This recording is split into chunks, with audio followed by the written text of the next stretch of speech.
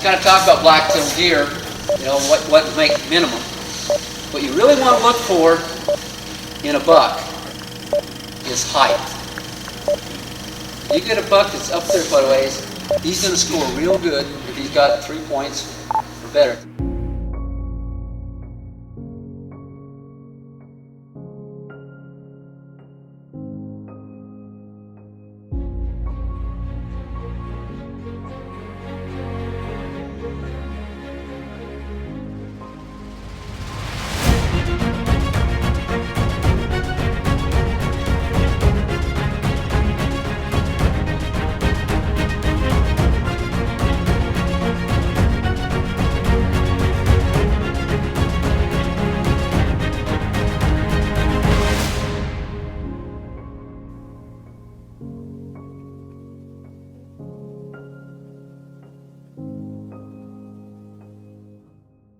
My name is Wayne Endicott, and I'm from Springfield, Oregon.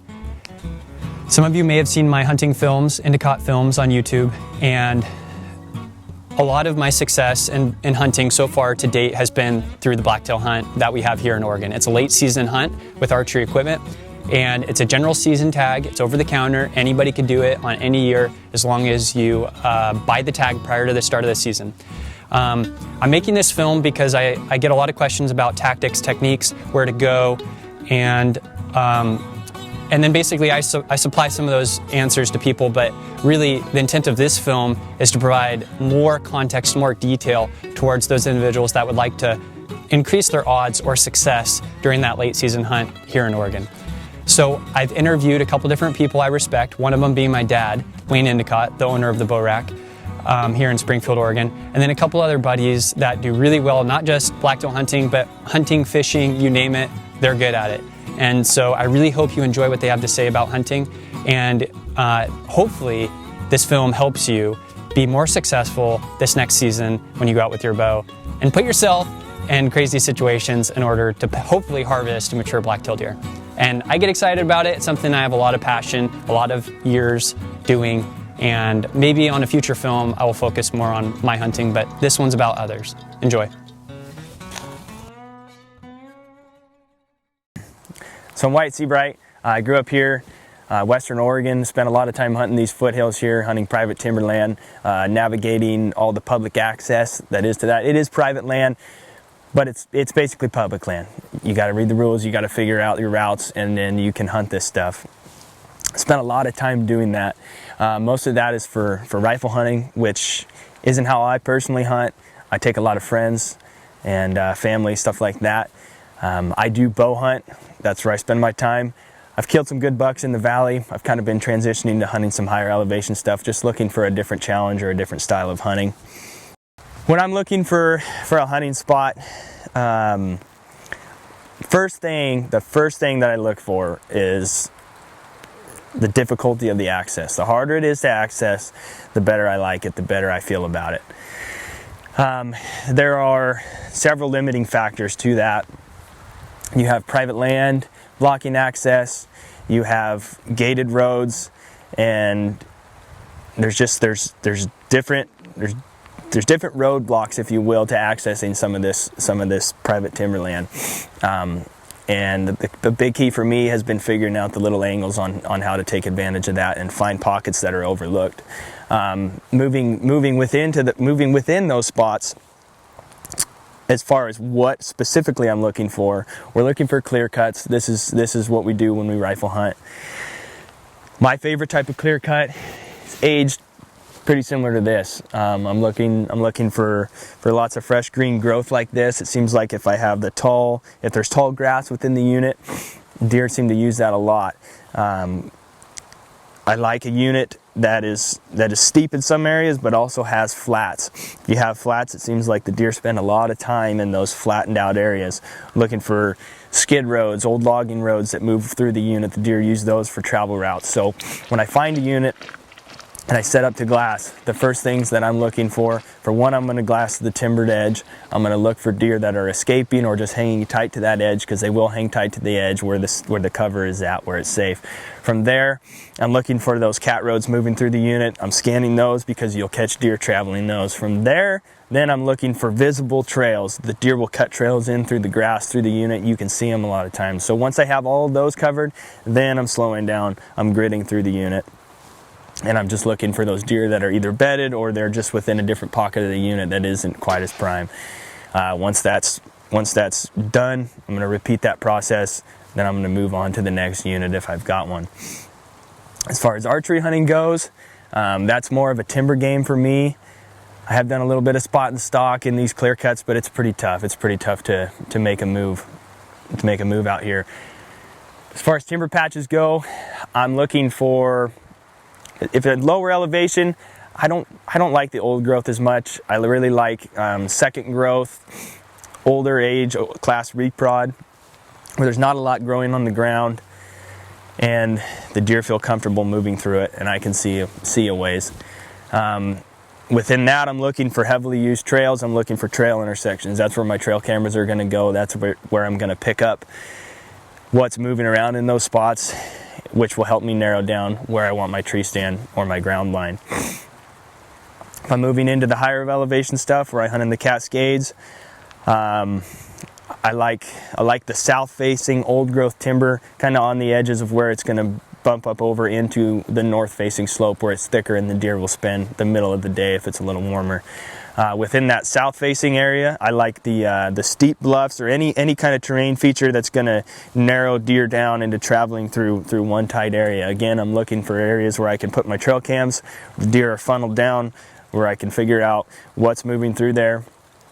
And then from that, I can discern where I want to put a tree stand, where I want to put a ground blind, where I want to just still hunt or plan on being at the prime time daylight hours.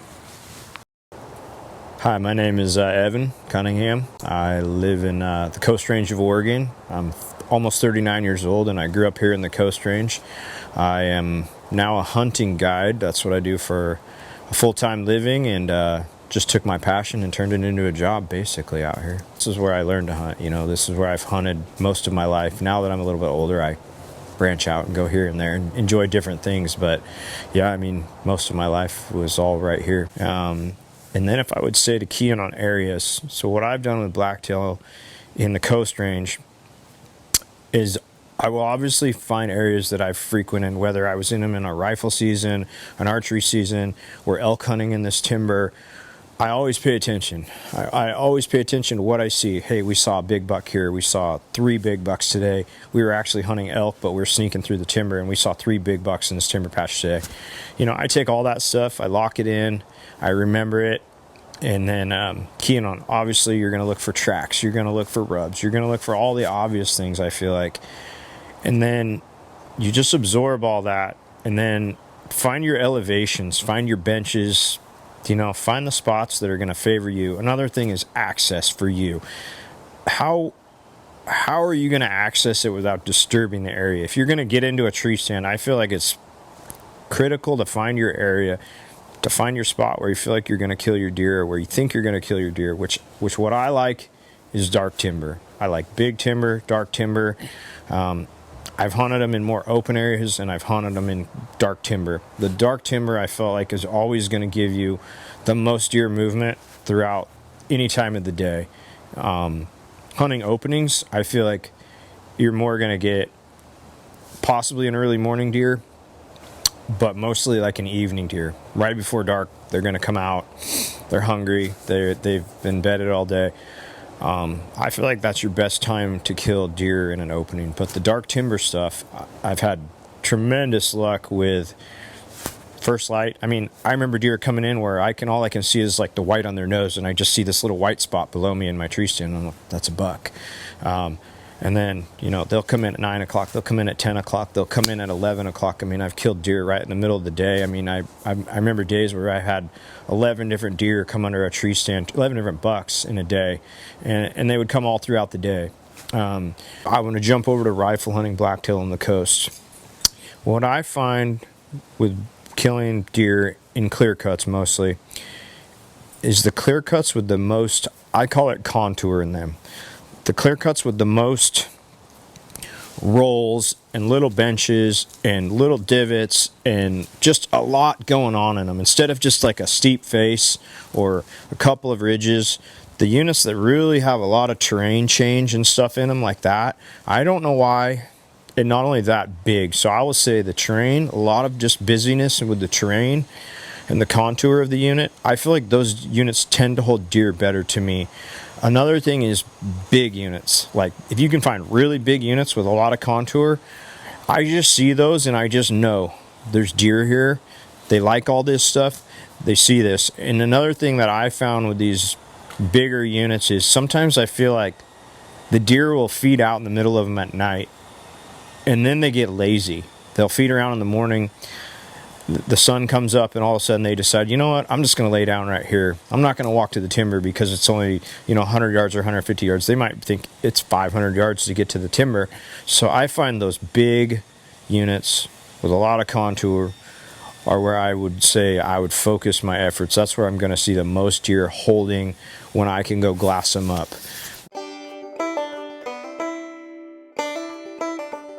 So a lot of times when you're rattling for blacktail, they're real territorial. And in Oregon we have two kinds of deer. We have migratory blacktail and we have local blacktail. I've always found that your local blacktail, when they're living in just one area, they're much more territorial and they're a lot easier to call in.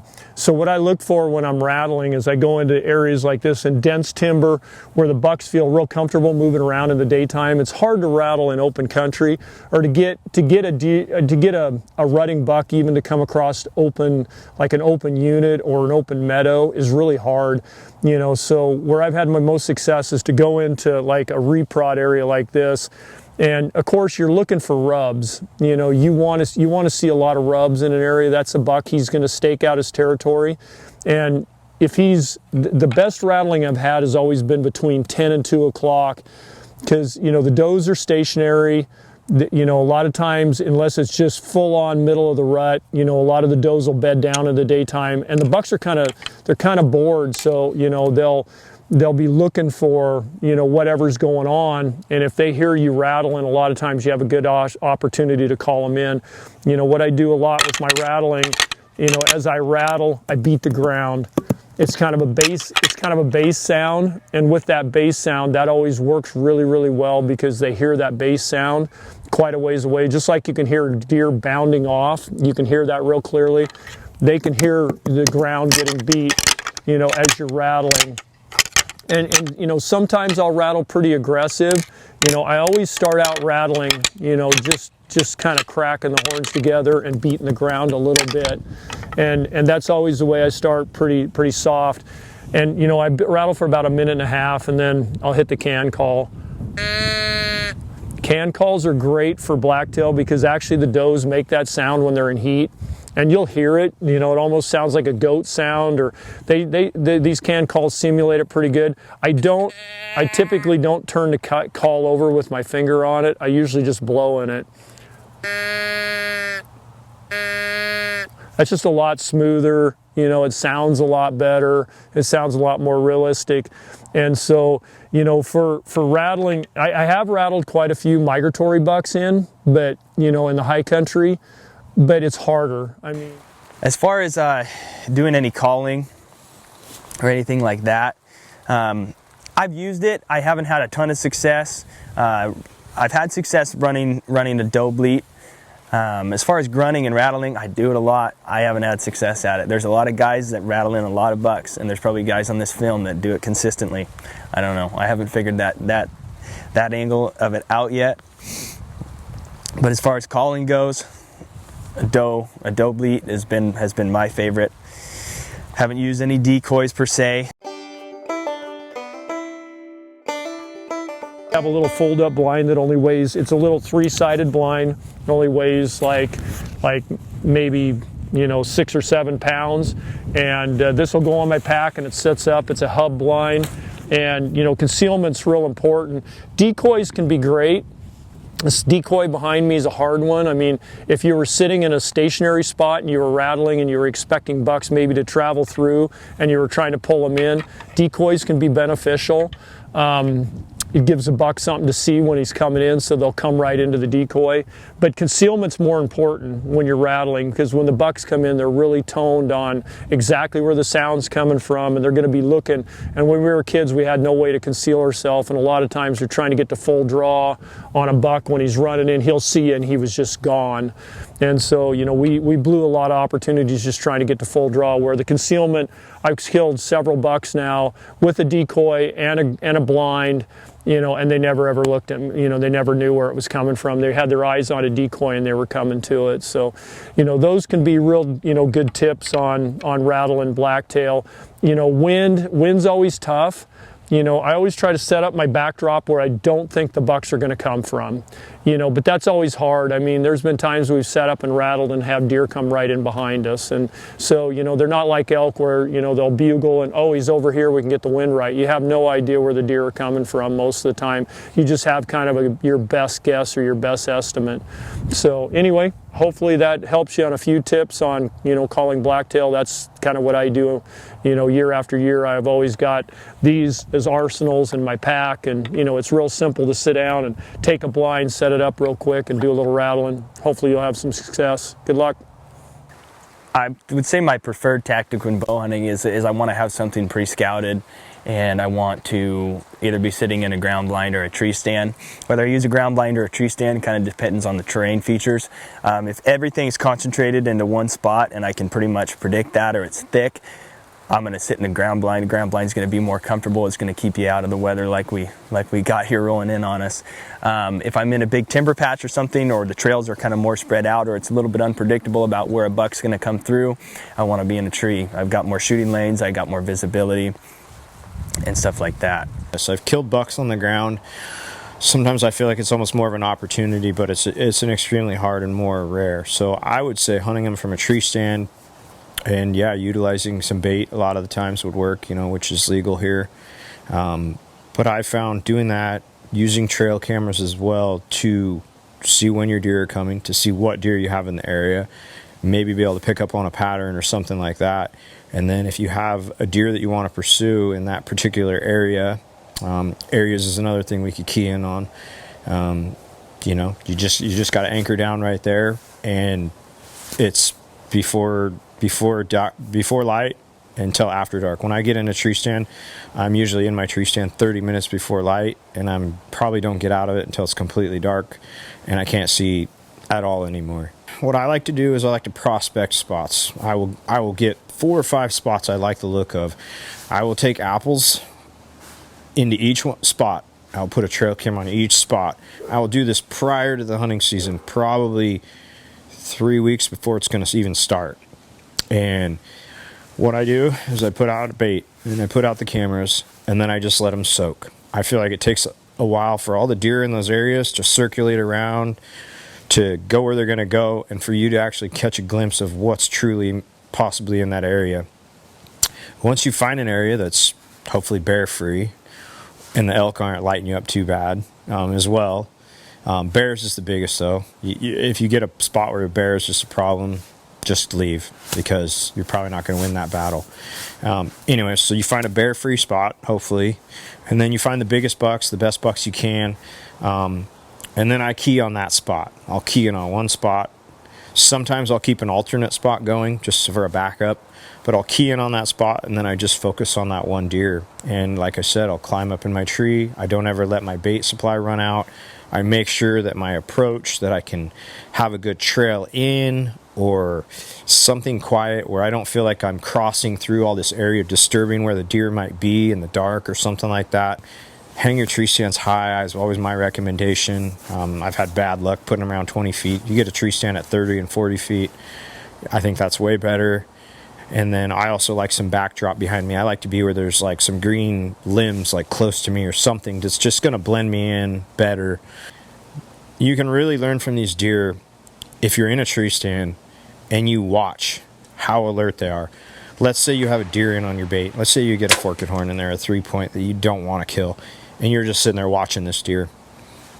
it is amazing to me to watch how alert these deer are, how when another deer is coming in from another direction, you're looking, you don't see it, you don't hear it, but somehow this other buck that's there knows this deer is coming in. I mean, he can hear him, he sees him, he's looking around, and you can just tell by his posture that he's focusing on something else coming in. And then, sure enough, here he comes, and it's just amazing to me how they can be so alert. So watching those deer signal on the other deer has taught me why it's so hard for me to sneak around on the ground and actually get these close opportunities on these bucks, especially when they're not rutting. A lot of times, by the time you get to archery hunt here, it's middle of November, and I feel like it's right at the end of the rut, or the rut is just gone by and you're just missing it. So a lot of my success is finding these bucks that are done rutting and they're just hungry. You know, they want to lay around, they want to eat, and they just want to go back to their normal life of living in that timber stand. And that's where I found my best success with archery in the Coast Range, for sure.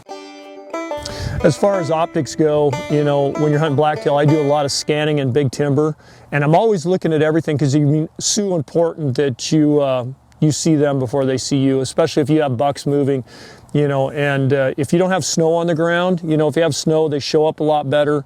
But I use a pair of Geovids. They've got the rangefinder built in them, but I also carry you know, my Vortex rangefinder, and it fits right on the side. And so, you know, if I'm in real steep country, I'm going to depend on, you know, my Vortex rangefinder to, you know, to tell me what my angles are. But that's just what I do for optics. My son, Nathan Endicott, he uses, you know, the Vortex Fury, which, you know, these are 10x42s. They're great glasses, and they've got the rangefinder built in them too. So, you know, these are nice. You can instantly range your animal, take a look, you know, it's a shooter. I got him ranged, you know, you can range a couple trees if he's moving and drawing. Just, you know, real important to be, you know, scanning all your timber. You know, I hunt pretty slow when I'm hunting deer, regardless of what what kind of deer it is, for still hunting. And, you know, glasses are just extremely important. So hopefully that helps you with a little tip on glasses. Optics, I currently run a set of Vortex Viper 10x42s. They're just kind of a dual set. If I had to pick my preferred optics, I'd probably go a little bit more higher end. I'd have a pair of 12x50s for rifle season for long range glassing, and then I'd run 8x42s in the timber for bow hunting. Something I wish I would have known just from the get-go was how important glassing was. So there's a couple different things that go into that. For one, buy the best optics that you can afford. That's what I'm doing right now. I don't have the best optics in the world. I have the best ones I feel I can afford.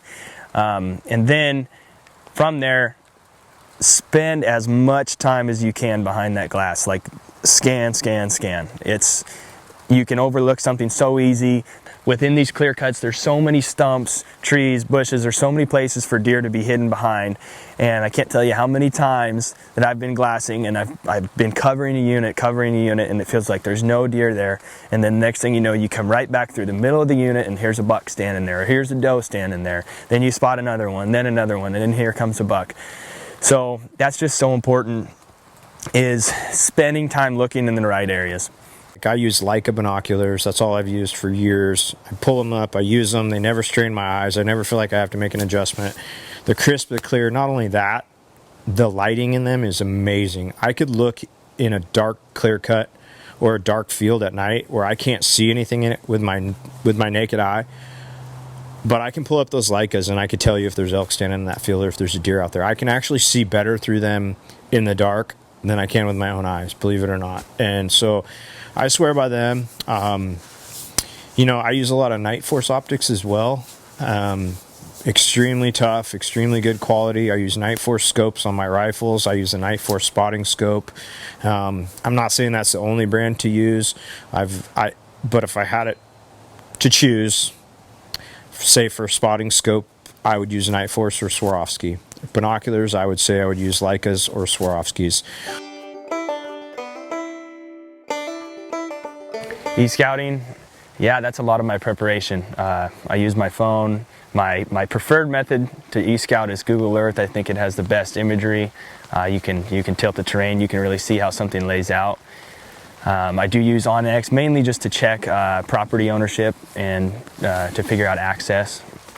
It does highlight roads a little bit better, but yeah, e-scouting is a really key role, plays a key role in my success in blacktail hunting. I think it's gotten too easy for people to get on Google Earth, get on Onyx, look and see there's 9 clear cuts 5 miles in this gate. They didn't have to hike in there and actually look at it. They didn't have to sweat to get there. They didn't have to really earn it. They just got on Google Earth or they got on Onyx. Do I do it? Yes, I do it. Am I irritated that other people do it? Very much so, because I feel like it's made hunting extremely hard. A guy like me grew up earning all these spots. You hiked into a gate, you saw a gate, you hiked it all the way to the end, you hiked every spur, you learned it in and out, and there might not have been a clear cut in there to hunt, or maybe there was. It's an awesome tool, but I think if you're an old school guy like I kind of am, I'm a little bitter to it. So preparation for me is year-round. There's not necessarily a scouting season. If I'm not in the woods, I'm probably on my phone looking at something, trying to figure out a new angle to access a piece of ground that I know about, or I'm looking for that new piece of overlooked country. And a lot of that has to do with rifle season, archery season. I do kind of have my spots already picked out. But as far as boots on the ground scouting, I do a little bit of scouting in the summer, but it really ramps up in the October time frame when bucks are starting to move. There's tracks on the ground, there's rubs that are being laid out, just finding travel corridors, running trail cams, just figuring out what's actually living in the timber, because there's really no other way that you're going to see it. For scouting for rifle season, again, I do maybe a little bit in the summer, but really the end of September there, if I don't have an elk tag that last week leading up to rifle season, I'm always scouting for somebody else, but I do want to go out and look around. And if that timber property is open, I'm hiking in there and I'm glassing. I'm trying to find bucks for that opening week time period when they're still in their summer pattern. So actually physically getting out and glassing and looking for those bucks before everybody's in the woods. You know, if you're going to archery hunt, you know, I definitely say if you're hiking on foot, layering in your clothes is key. Even when I hike in the snow, I would say I wear a long sleeve t-shirt and probably just a rain shell. And I a lot of times will hike in rain gear, even the pants, even though it's not raining. I just find that it holds my heat in, and it's actually just a good layering system, keeps the wind off me. But I find that I'm like the right temperature. I see so many guys that go into the woods and they go out and hunt and they have like an undersized pack on for the day or something, and to me that's silly. It's almost like you're going into the woods and you're not planning on killing something. Anytime I go into the woods, I wear a full-size pack that I can put lunch in, I can put plenty of water in, I can put fire starter stuff in there, I can put first aid stuff in there. Really be prepared, right? And not only that, when you do kill a deer, you can bone it out and you can fit the whole deer in your backpack and go out. You don't have to hike out, you don't have to come back in. To me, that's all just silly.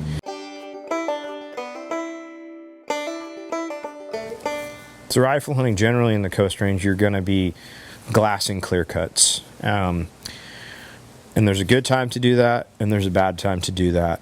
And if I had to break it down from start to finish, it would be as simple as this. I like to scout the whole week or 2 weeks leading up, if I have time, because you're just finishing up with archery elk usually, and then it rolls right into your October, which is your rifle deer hunt. So where I found really good success with your rifle hunts is jump around and glass your clear cuts. Glass them hard, glass them in the mornings. The deer are still in their summer habits, and so they're out and they're just being lazy and they're not scared. Archery hunters haven't scared them away. Anyways, so find your bucks. If you can go out and scout your bucks literally right before season and you can find them hard horned in a clear cut, just watch them. You'll kill that buck. You'll kill that buck as soon as season hunt starts. And you've already located this buck. You've seen him 2, 3, 4 times in the same clear cut, doing the same thing. He's hardly moving around. He's hard horned in that unit. You have an opportunity to kill that deer. In my mind, it's the best time. So if I wanted to hunt a big deer, for me in the rifle hunt, my favorite week would be the first week of season. Keying in on that, from there, rifle season's just crazy. Tons of trucks driving around, gates are open, trucks driving around, doors slamming, people just shooting off guns, people shooting grouse. It's just the deer get smart and they just they vanish into the bushes. So then it's rare to see them. So from moving forward from there, I would say the best times to hunt deer in the rifle hunt from there, if you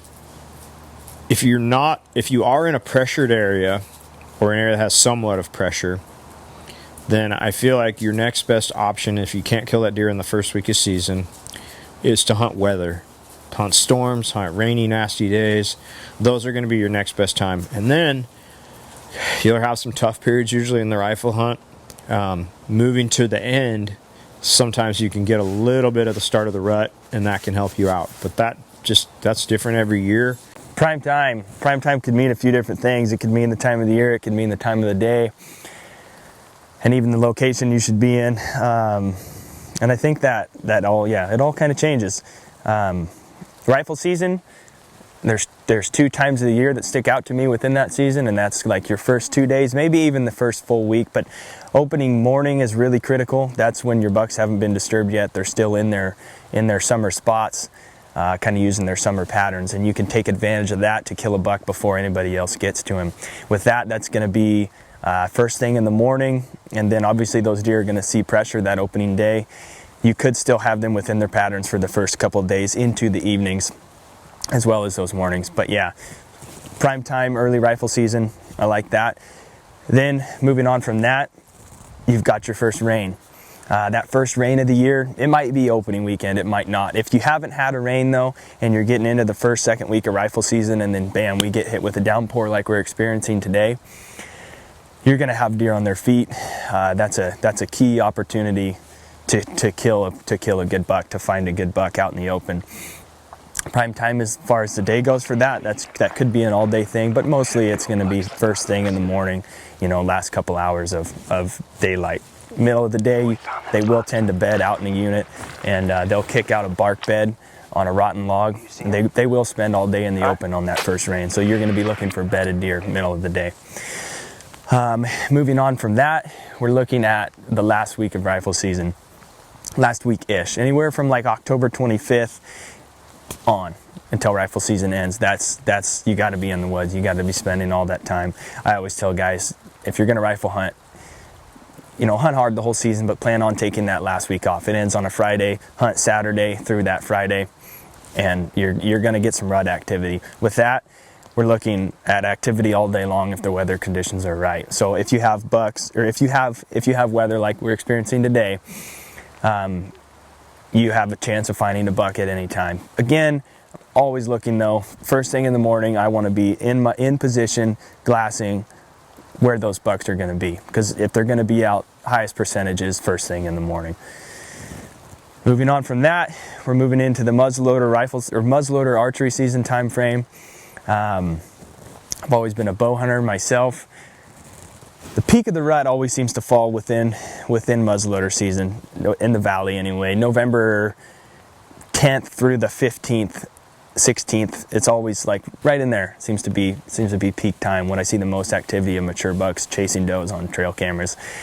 So if you have a muzzleloader tag, be in the woods, obviously the whole season, but that time frame seems to be the peak leading into archery season. Those first couple days are always really critical. The late teens of November is usually when that opens up. Those bucks seem to still be with the does, and you can kill them there. Then you're going to hit a little bit of a lull, and it seems like it picks up again. A little bit of a second estrus cycle right at the end of November, even into the 1st of December. I've had some good bucks that have disappeared that showed back up. I think the 2 best bucks I've killed in the valley with my bow sitting in blinds were November 21st, so that was still the tail end of the peak of the rut there, and then the next one was the 25th. That buck had disappeared for 5 days, hadn't seen him. He was in there every day in the mid-teens of November, then he disappeared, showed back up the 25th, and I was there and I killed him. Prime time as far as when to be hunting during that last period there, hunt all day long. It could happen at any time. I think I killed one buck right at daylight. I killed another buck that one on the 25th mid-morning. So it's just, they can move anytime. Again, if you got weather like this, be in the woods all day long. Obviously shoot your bow and be prepared for those red zone moments when they do come. That's a whole nother topic, but that's something that I see is huge with a lot of guys is how they do in the red zone. You know, a lot of people can get to that moment, but when it's like red zone, and I mean like when you're tight and it's time to take a shot, keeping your composure obviously is a huge thing. I see a lot of guys, especially on the guiding side, they just lose their composure. So that's obviously a big thing, but I think that just comes with time and hunting and experiences and actually shooting at animals and taking animals and whatnot there. My biggest recommendation on some success would be, where to start would be, you know, get some decent gear. That's number one. But I think your area is going to be key. I learned this at a young age. I used to hunt so many different places, and I used to hunt all over, and I just jumped all over. I'm going to go here today, I'm going to go there tomorrow, I'm going to go here, I'm going to go there. And it didn't always really pan out for me.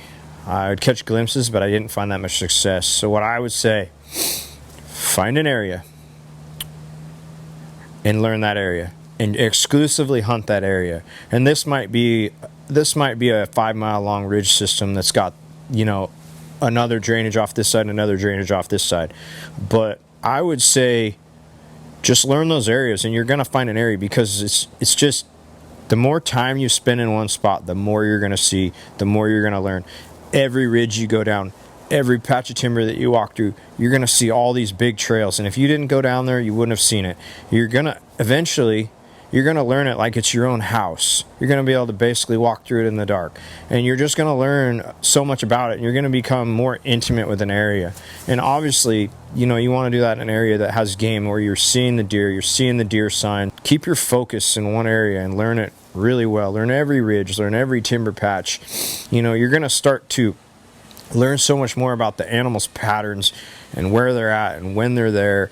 And that's just going to help you evolve to that area and adapt to it and learn it better, and just know where to be and when to be there.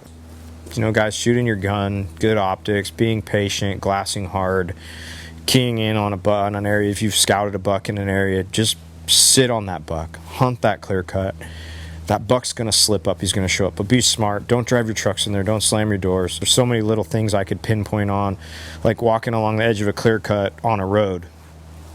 Don't walk on the exposed side. Walk along the bank, sneak along, come straight across the road, scan, come back to the other side. Just keep yourself out of sight.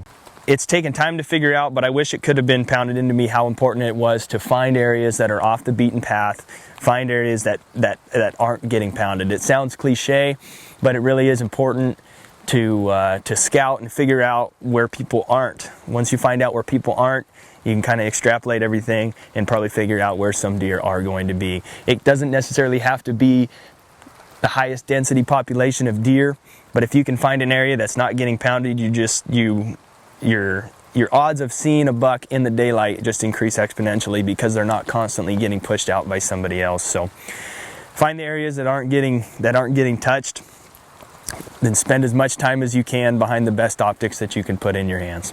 Now that kind of goes for rifle season, as far as what I wish I would have been told.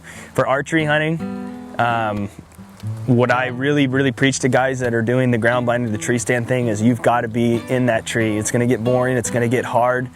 You might go 2 days without seeing a deer, but if you have a specific buck that you want to kill, the only way that you're going to kill that deer is by spending time in that spot.